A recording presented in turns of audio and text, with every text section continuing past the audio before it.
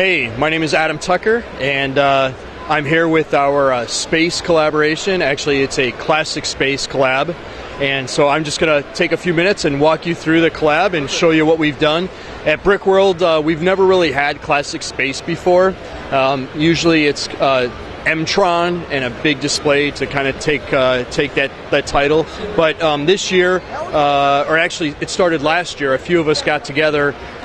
It was Simon Liu, is Roy Cook, it was Lee Jones, Dave Sterling, and then myself. We're all kind of closet classic space fans, and I'm talking first series classic space from '79. So yellow, blue, and gray, and that's it, okay? And so we decided it would be cool to do a collab.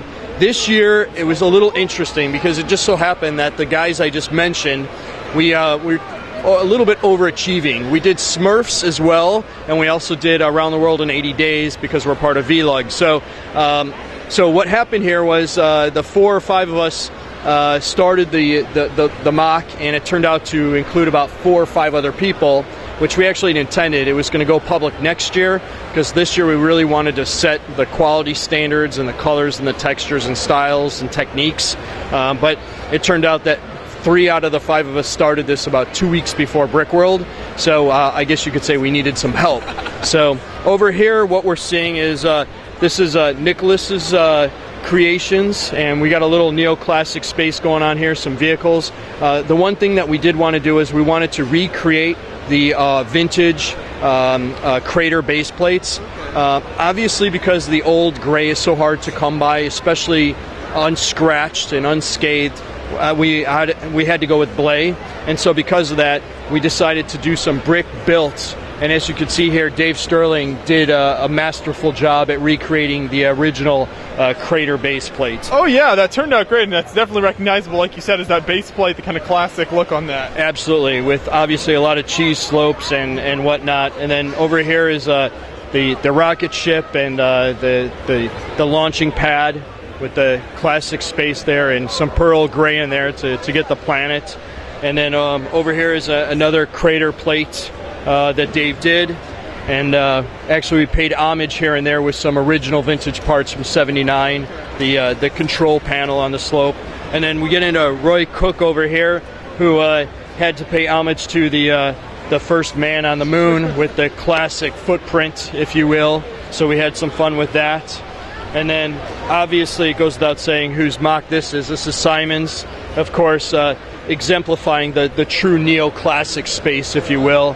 And so that's some space pods here, some landing pads. It all illuminates, of course, and yeah, it's pretty amazing. And then I think some of the fighters were done by here we've got Evan, and we've got Chris, and then we've got Jacob. So we had some participation with some other great builders to help populate our landscape here.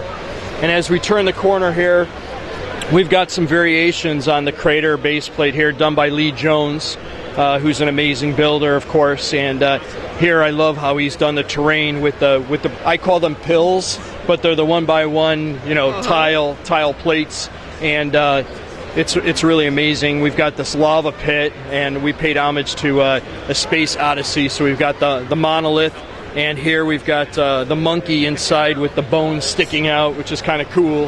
And then we've got the generator over here, which all lights up with some very popular EL wire, which we've all come to love and use when we're not using, obviously, life lights from our dear friend Rob. And then over here is the monorail integration, which was a little bit of my contribution. So we've got here, of course, there's got to be a Smurf. Oh yeah, because like you mentioned, the other collab. Right. So one of the things we did was we tried to look back for inspiration on some of the iconic features that were designed in the set. So for me, what I did was, this is the radar or satellite station from, I believe it was the Alpha rocket set, and I changed it up just a little bit, and a monorail just doesn't have to move people. Originally I was going to have it suspended to kind of do something different, but I just didn't have enough time. And then here's the monorail station, if you will, with some lights and some things, and we had some neat classic space tiles printed here by obviously the community does a lot of the printing. So this is that's pretty neat. Yeah, so very cool. We did that, and and then we've got some Vic Vipers here to kind of round out the collaboration.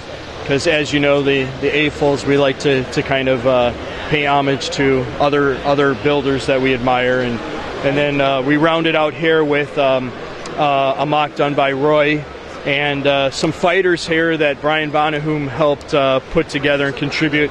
And these were actually based off of the original spaceship that I had designed for the Brickworld event kit.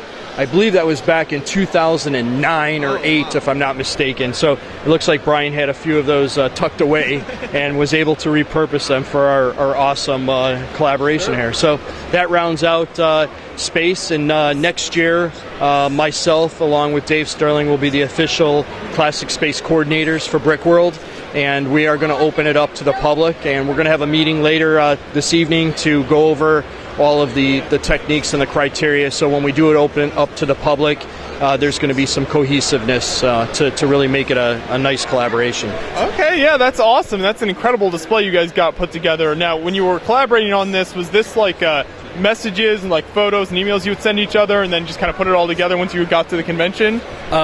We have worked with each other, a bunch of us, for a couple of years now.